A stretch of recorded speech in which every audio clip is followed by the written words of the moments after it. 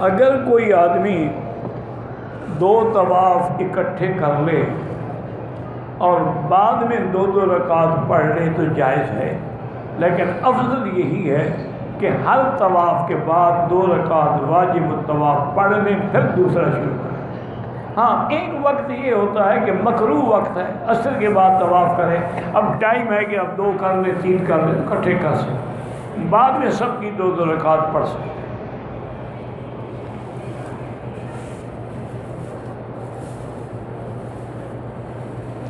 کہتے ہیں جی قومی ٹیکس سکیم میں پیسے جمع کروانا، مجھے پہلے تو اس کا پتہ ہی نہیں ہے کہ پالیسی کیا ہے۔ جب تک پالیسی واضح نہ ہو تو آدمی اس کے اوپر کوئی بات نہیں کر سکتا۔ کیا قومی ٹیکس ہے؟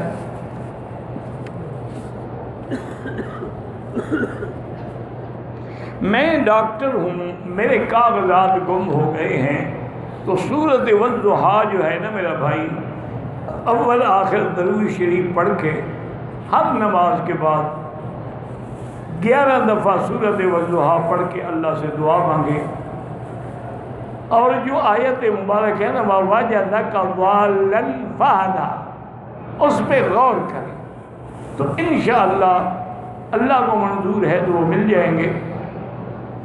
اور اسی طرح چلتے پھرتے یہ پڑھتے رہیں اِنَّا لِلَّهِ وَإِنَّا إِلَيْهِ رَاجِعُونَ، اللہم اجرنی فی مصیبتی وَاخْلُفْ عَلَىٰ كُلِّ غَائِبَةٍ لِّي مِنْكَ بِخَيْرٍ۔ یہ صرف موت کے لیے نہیں پڑھا جاتا، جو بھی پریشانی ہو، جو بھی مصیبت ہو، اس کے لیے پڑھا جاتا ہے۔ کہتے ہیں جو صحابہ کو برا بھلا کہتے ہیں اللہ معاف کرے، بہرحال دیکھیں ایک موٹی سی بات ہے، اللہ صحابہ سے راضی ہو گیا کہ نہیں؟ قرآن میں ہے کہ رضی اللہ عنہم ورضوا، اللہ راضی ہو گیا، یہ ناراض ہیں، پھر قرآن کے منکر ہیں کہ نہیں؟ سیدھی سی بات ہے کہ جو قرآن کا منکر ہے وہ کافر ہے۔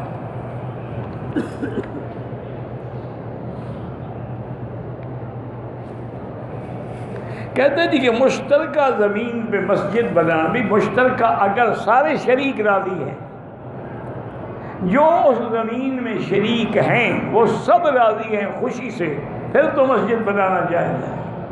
یہ نہیں ہے کہ 2 راضی ہیں اور 2 ناراض ہیں، تو انہیں جلدی سے مسجد بنا کے قبضہ کر لیا، پھر ناجائز۔ اور جو زمین ناجائز، مسجد ناجائز زمینوں پہ بنائی جائے یا سرکاری زمینوں پہ بنائی جائے یا یتیموں کے مال کے زمینیں چھین کے بنائی جائے، تو ایسی مسجد کے اندر نماز ہی نہیں ہو۔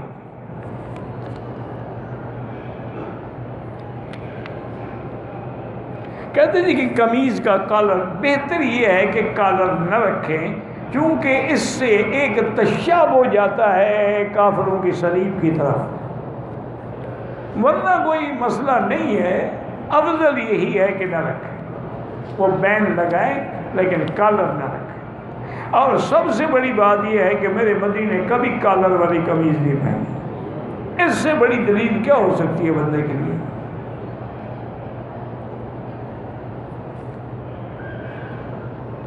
زندہ کے لیے طواف نہیں ہو تو اس کے دعا کریں۔ اگر ہم مدینہ پاک کی کھجوریں اور زمزم کا پانی کسی غیر مسلم یعنی ہندو کو، کافر کو دے سکتے ہیں، دے سکتے ہیں، بلکہ دیتے وقت یہ بھی نیت کر لیں کہ اس کی برکت سے اللہ ان کو مسلمان نصیب کر، اسلام نصیب کر۔ یہ ضروری تو نہیں ہے ابو جہل زمزم نہیں پیتا تھا، وہ مسلمان تھا۔ ابھی لہب، ابو جہل، عتبہ، عتیبہ، شیبہ، امیہ، ولید بن، یہ سارے زمزم ہی پیتے تھے۔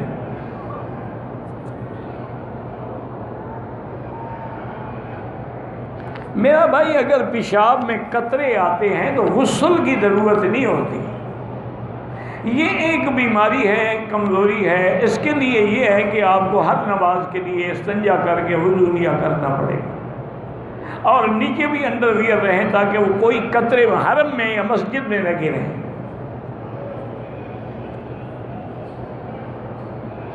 کہتے ہیں کہ لوگ جا نماز لے کے کعبے کو رگڑتے ہیں، بالکل بدعت ہے، انہوں نے خود اپنے عقل سے گھڑا ہوا ہے۔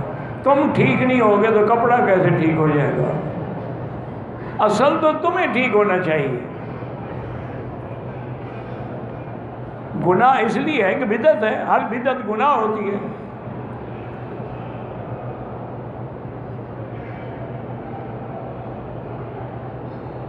کہتے ہیں جی دوران احرام کسی غیر محرم عورت کے ساتھ تصویر بنانے سے دم تو نہیں دینا پڑتا، عمرہ ہی برباد ہو گیا، دم کیوں دو گے؟ جب تم غیر محرم کے ساتھ تصویریں بنا رہے ہو تو عمرہ کہاں رہا؟ وہ تو عمرہ ہی ختم ہو گیا، دم کس بات کا دو گے؟ توبہ کرو اور عمرہ دوبارہ کرو۔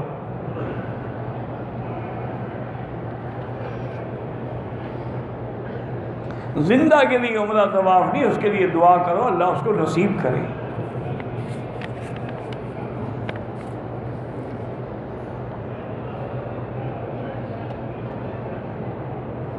کہتا ہے کہ آپ نے حضرت علی حجویری رحمۃ اللہ علیہ کی قبر کے بارے میں کہا ہے۔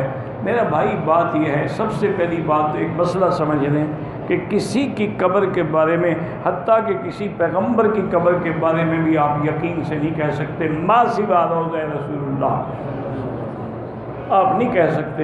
حضرت ابراہیم کی قبر، حضرت اسماعیل کی قبر، انبیاء کی قبریں، تو ایک یعنی روایات میں ہے کہ جیسے حضرت ابراہیم جو ہے الخلیل میں ہیں، تو اسی طرح بعض آتے ہیں کہ بعض لوگ جو ہیں وہ حرمین شریفین میں بھی آ کے دفن ہوئے انبیاء میں سے، لیکن یقین نہیں ہوتا۔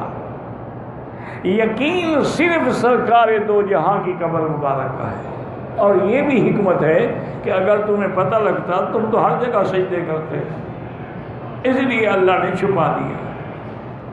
تو حضرت علی حجویری کی قبر کے بارے میں مجھے صرف اتنا تصدیق ہے کہ حضرت مولانا احمد علی لاہوری رحمۃ اللہ علیہ ایک بہت بڑے عالم بھی تھے، مفسر بھی تھے، محدث بھی تھے، اور صاحب کشف بزرگوں میں بھی تھے۔ انہوں نے لکھا ہے کہ بھئی حضرت کی قبر یہاں نہیں ہے بلکہ شالیمار باغ کی دیوار کے نیچے ہے، اللہ نے چھپا دی ہے کہ کسی کو پتہ ہی نہ لگے، تاکہ اللہ والے کی قبر جو ہے وہ شرک سے بچ جائے۔ جیسے کہ سید احمد شہید رحمۃ اللہ علیہ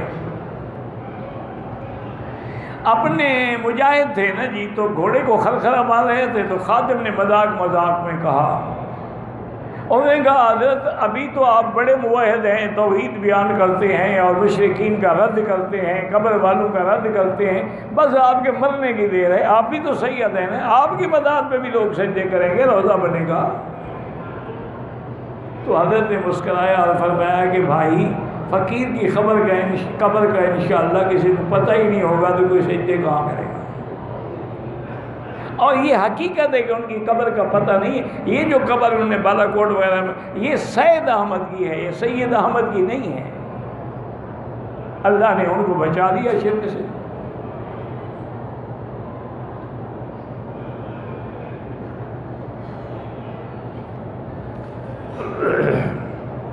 پہلی چیز یہ ہے کہ قبر کے تلاش کرنے کی ضرورت ہی نہیں، آپ نے ان کے لیے دعا کرنی ہے دعائیں کریں، آپ نے ان کے لیے پڑھ کے کچھ بخشنا ہے بخشتے رہیں، ضروری نہیں قبر کہیں بھی ہو۔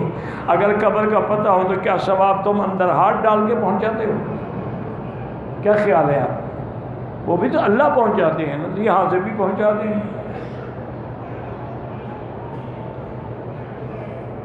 اگر طواف کے دوران حجر اسود کا استلام بھول گئے کوئی حرج نہیں، طواف ہو جائے گا، نفلی ہو یا عمرے والا ہو۔ گروپ لیڈر کہتا ہے کہ مسجد عائشہ سے عمرہ نہیں ہو، اس کا نہیں ہوتا ہوگا، وہ ٹھیک کہتا ہے، لیکن حنفی مسلک میں اور شافعی مسلک میں ہوتا ہے، اور ساری دنیا الحمدللہ کر رہی ہے۔ تیرے گروپ لیڈر کو کہو کہ وہاں جا کے دیکھے ایک دن میں کتنے لوگ عمرہ کرتے ہیں۔ اور ایک بات یاد رکھو، یہاں کی حکومت اسلامی حکومت ہے، یہاں کے فیصلے قرآن و سنت سے ہوتے ہیں۔ اگر یہ بات غلط ہوتی ہے کبھی مسجد بھی باقی نہ رکھتے، گرا دیتے ہیں۔ کہتے ہیں جی پاکستان میں موبائل لیتے ہیں، پھر کمپنی اس سم کے اوپر اکاؤنٹ کھول دیتی ہے، اکاؤنٹ میں پیسے جمع کرتے ہیں۔ یہ مجھے نہیں پتا کیا چکر ہے، جب مجھے سمجھ نہیں تو فتویٰ کیسے دے سکتا ہوں۔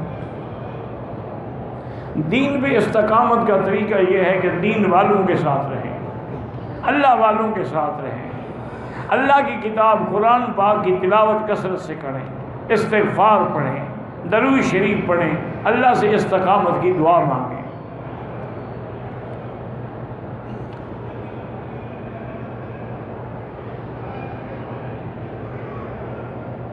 کہتے ہیں جی کہ شیعہ ذاکر کہتے ہیں کہ نیپال میں مرد زندہ ہوتے ہیں، یہ صحیح ہے؟ ان کو کہو بھی تم بھی سارے وہیں جا کے مر جاؤ تاکہ پھر زندہ ہو جاؤ گے نا، ہماری جان تو چھوڑو، نیپال میں جاؤ وہاں مر جاؤ، جب مر جاؤ گے پھر زندہ ہو جاؤ گے۔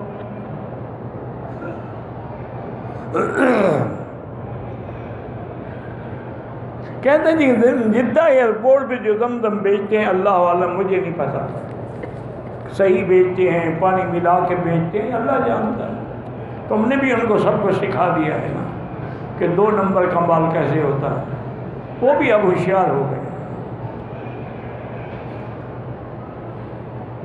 طواف عمرے کا ہو یا عام، عورت کو منہ ڈھانپنا چاہیے نہیں، منہ کے آگے کپڑا لٹکانا چاہیے۔ واجب الطواف جو ہے نا جی مکروہ اوقات میں نہ پڑھیں، بعد میں پڑھیں۔ میری بیٹی نے احرام کی حالت میں واش روم گئی، ناپاک چھینٹے پڑے تو اس نے شلوار بدل لی۔ اچھا کیا، ٹھیک ہے، اس میں کیا ہے، کپڑے بدلنے سے کیا ہوتا ہے، عمرہ بھاگ گیا۔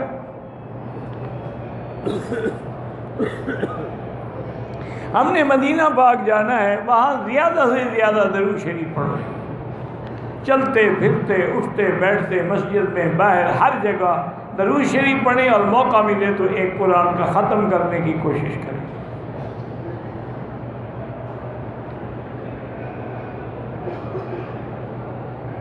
داڑھی میں کالا خضاب نہ لگائیں، اس کے علاوہ اگر کوئی رنگ لگائیں تو وہ جائز ہے، کوئی بھی رنگ لگا سکتے ہیں، مہندی ہے اور کئی کلر ہیں دنیا کے اندر، تو خالص کالا لگانا جو ہے وہ منع ہے۔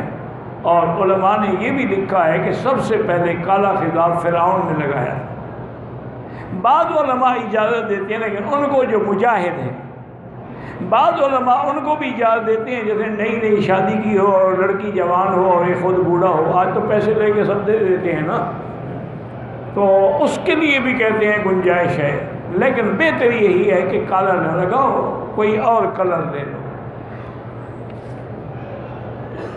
5 طواف اکٹھے کریں، پھر سب کی 2 رکعت پڑھ سکتے ہیں۔ جو فوت ہو ان کے لیے طواف کر سکتے، اس کا نیت یہی ہے اللہ اس کا ثواب فلاں کو دے بس۔ میں بہت پریشان، پتہ نہیں کیا ہے وجہ سے، قطروں پتہ نہیں، نماز روزے میں بالکل نماز بھی پڑھو، روزے بھی رکھو، ہر نماز کے لیے نیا وضو کرو، قطرے گرنے سے روزہ تو نہیں ٹوٹ جاتا۔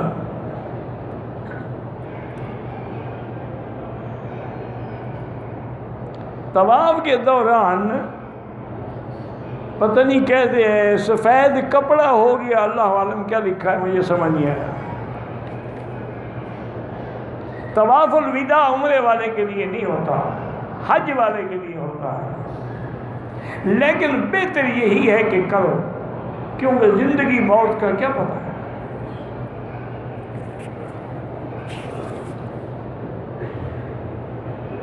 میری بیٹی ہے جن کا نام مریم فاطمہ ہے، بیچاری اندھی ہو گئی، اللہ اس کو شفا دے۔ ایک بچہ عمر فاروق ہے ساز، اللہ اس کو بھی صحیح معنوں میں صحت عافیت اور دین والا بنائے۔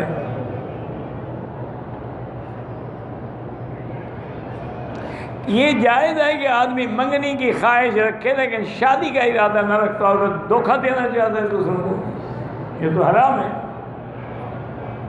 کہ منگنی کر کے میں اس کو لٹکا کے رکھوں، وہ کسی دوسرے کو بھی نہ دیں اور یہ بھی نہیں دیتا، بالکل ناجائز ہے۔ اور منگنی کی کوئی شریعت میں حقیقت ہی نہیں ہے، یہ تو بالکل ہندوؤں کے رسوم ہیں کہ جی یہ منگنی ہے اور مہندی ہے اور فلان ہے اور فلان ہے، یہ سب ہندو کی رسم ہے، اسلام میں تو کوئی منگنی نہیں۔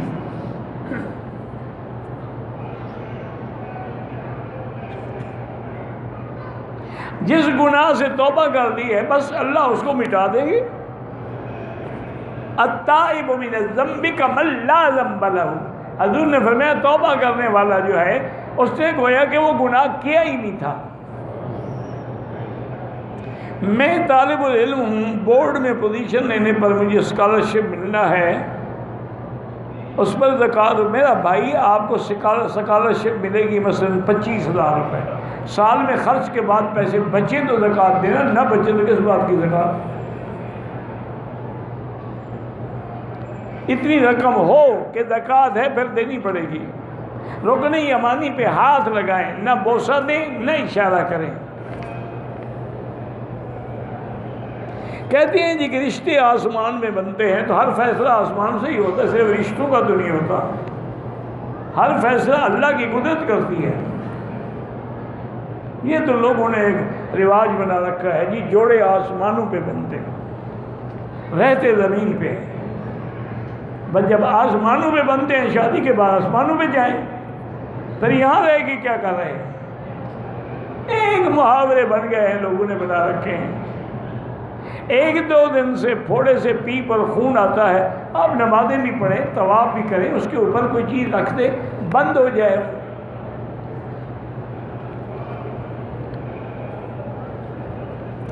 اگر حیض والی عورت جیرانہ جائے، احرام نہ باندھے، ٹھیک ہے، وہ میقات نہیں ہے۔ حیض والی عورت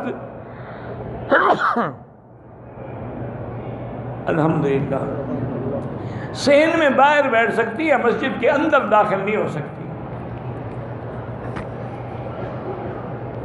میں نے اور میری 6 سالہ بیٹی نے مدینہ منورہ سے عمرے کے لیے مکہ مکرمہ کی سفر کی تیاری کی۔ روانگی سے کچھ دیر قبل ایام شروع ہو گئے، واپسی تک اگر ایام مکمل نہ ہوں تو قرآن و حدیث کی روشنی میں 6 سال کی بیٹی کے لیے عمرے کی ادائیگی کا کیا حکم؟ 6 سال کی بیٹی کو تو ایام شروع نہیں ہوتے، 6 سال کی بیٹی کو تو کوئی بیماری ہو سکتی ہے، ایام تو نہیں ہو سکتے، یا 60 سال ہے تم نے صفر الگ لکھ دی ہے۔ بہرحال اگر حیض آ جائے، عمرے کی نیت کر تو بیٹھی رہے جب تک پاک ہو، عمرہ کرے پھر سفر کرے۔ باقی ذکر اذکار کرتی رہے، لبیک پڑھتی رہے، سبحان اللہ الحمدللہ لا الہ الا اللہ، یہ کرتی رہے۔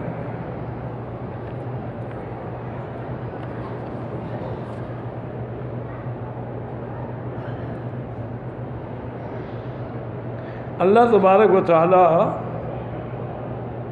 پتہ نہیں کون ہے، عرب خان کون ہے، بہرحال جو بھی ہے اللہ سب کو ہدایت دے۔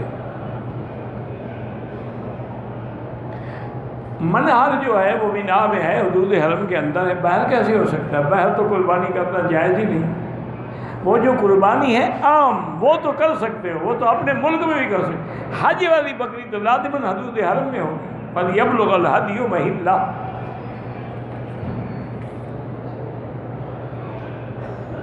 مکے میں رہنے والے اپنے گھر سے عمرہ نہیں باندھ سکتے، مسجد عائشہ سے باندھیں یا جیرانہ سے باندھیں۔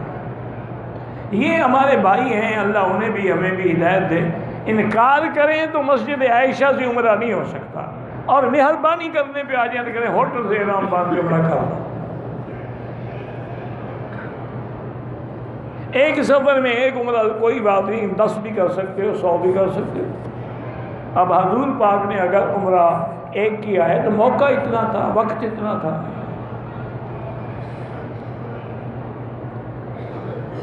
ہمارا قافلہ عمرے کی نیت سے طائف گیا، وضو احرام باندھنے سے پہلے ہی ہمارے قافلے میں سے ایک شخص گر گیا، چوٹ لگ گئی، لہذا نیت احرام کے بغیر، جو اس کو چوٹ لگ گئی اس نے نیت نہیں کی، کوئی حرج نہیں۔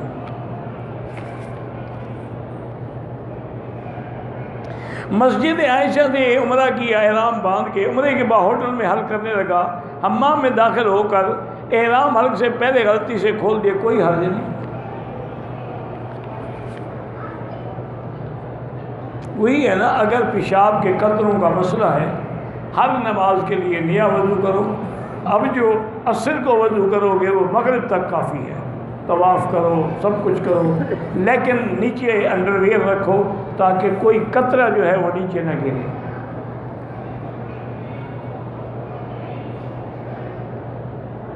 کہتے تھے کہ یہاں تیسری تکبیر میں جو دعا ہے یہاں بہت لمبی ہوتی ہے، ان کو دعا آتی ہے، تمہیں نہیں آتی، تم تھوڑی کرتے ہو، جن کو دعائیں آتی ہیں وہ ساری دعائیں کرتے ہیں، تمہیں لمبی لگتی ہے، تم نے 2 ہی 4 لفظ یاد کیے ہوئے ہیں نا، اس سے آگے تو تمہیں آتا کچھ نہیں۔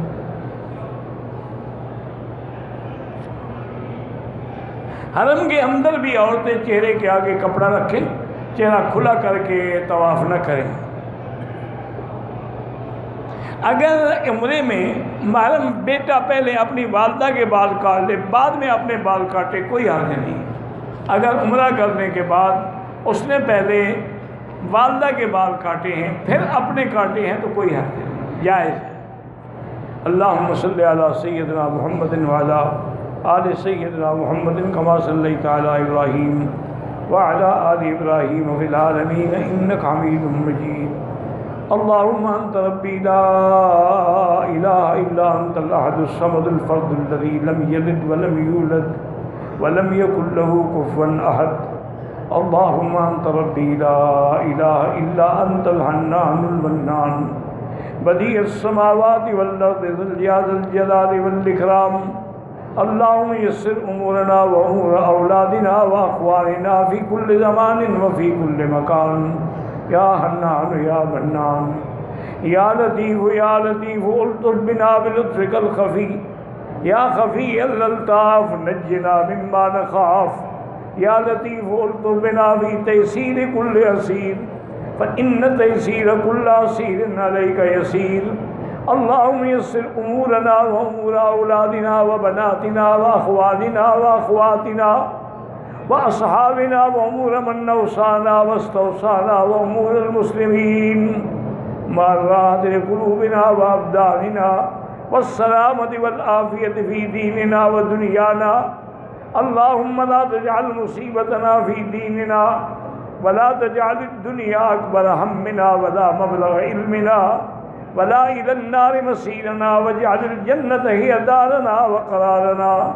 یا اللہ بیماروں کو شفا عطا فرما، یا اللہ بیماروں کو شفا عطا فرما، یا اللہ ہماری ظاہری باطنی روحانی جسمانی بیماریاں دور فرما، یا اللہ بے حیاؤں کو حیا عطا فرما، بے اولادوں کو اولاد صالح عطا فرما، یا اللہ جن کے گھروں میں بچیاں ہیں ان کو خیر کے رشتے نصیب فرما، بے روزگاروں کو روزگار عطا فرما، قرض داروں کے قرض عطا فرما، یا اللہ ہمیں مانگنا بھی نہیں آتا بغیر مانگے عطا فرما، یا اللہ تمام آنے والوں کو حرمین الشریفین کے برکات و ثمرات نصیب فرما، یا اللہ پوری دنیا میں جہاں مساجد ہیں مدارس ہیں دین کے ادارے ہیں دین کے افراد ہیں دین کی جماعتیں ہیں ان کی حفاظت فرما، یا ارحم الراحمین حرمین الشریفین اور بلد الامین کو قیامت تک ہر فتنے سے محفوظ فرما، یا اللہ پاکستان کو بھی ہنود اور یہود کی سازشوں سے بچا،